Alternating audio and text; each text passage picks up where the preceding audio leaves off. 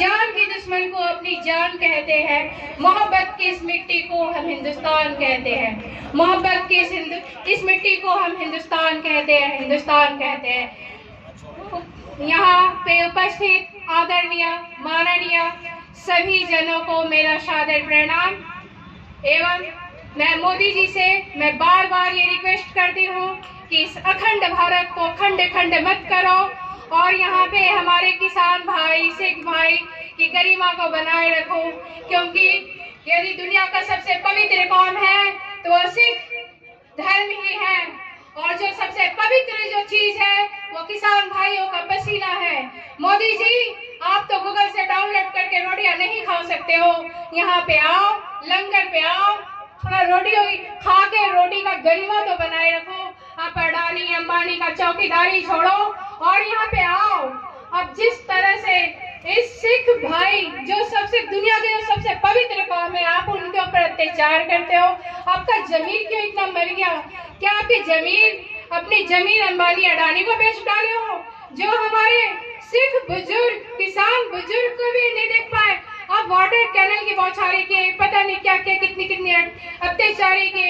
आप तो हमारे सिख भाइयों को खालिस्तानी तक बोल दिया। मुझे नहीं लगता है कि आप भारतवर्ष के हो। यदि आप भारतवर्ष के होते तो अपने नाम के साथ भारतीय शब्द जरूर जोड़ते, जिस तरह से मेरा नाम नीलम गुप्ता भारतीय है। मैं मोदी जी से मैं बार बार रिक्वेस्ट करती हूँ, आप यहाँ पे आओ, वरना ये जो गूंगी बहरी सरकार है ना, कोई भगत सिंह आके धमाके कर जाएगा।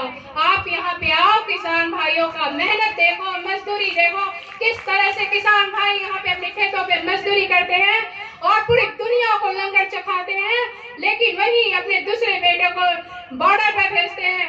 आप तो अखंड भारत को खंड खंड करने में लगे हुए, माँ के दो बेटों में भी जंग भिड़ा देते हो। पता नहीं आप किस धर्म के हो। मुझे तो नहीं लगता कि आप हिंदुस्तान के हो, क्योंकि ये हिंदुस्तान मोहब्बत की मिट्टी से बना हुआ हिंदुस्तान है, जहाँ हर धर्म के लोग रहते हैं। बड़े प्रेम से यहाँ पे आते थे। देखो, एक तरफ सिख भाई, जाट भाई, मुस्लिम भाई भी लंगर लगाते हुए तो आपस में भेदभाव करते नहीं है।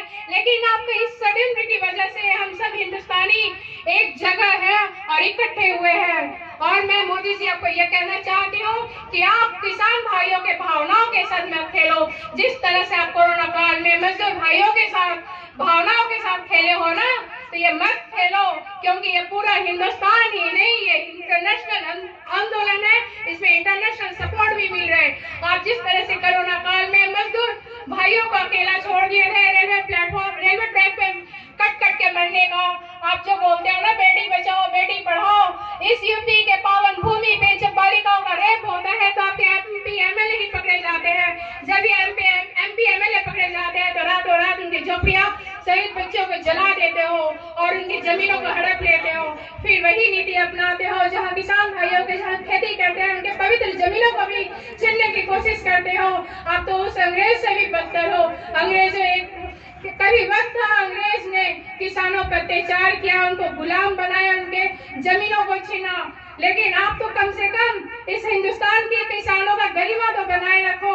आपको तो मतलब क्या बोलो, मुझे भी शर्म आता है कि हमारे प्रधानमंत्री को मैं अपने ही मुख से इतना बेइज्जत करती हूँ। मुझे अच्छा नहीं लगता है। प्रधानमंत्री जी, आप या तो पद छोड़ दो, जो किसानों की बात करेगा वही देश पर राज करेगा। जय जवान जय किसान।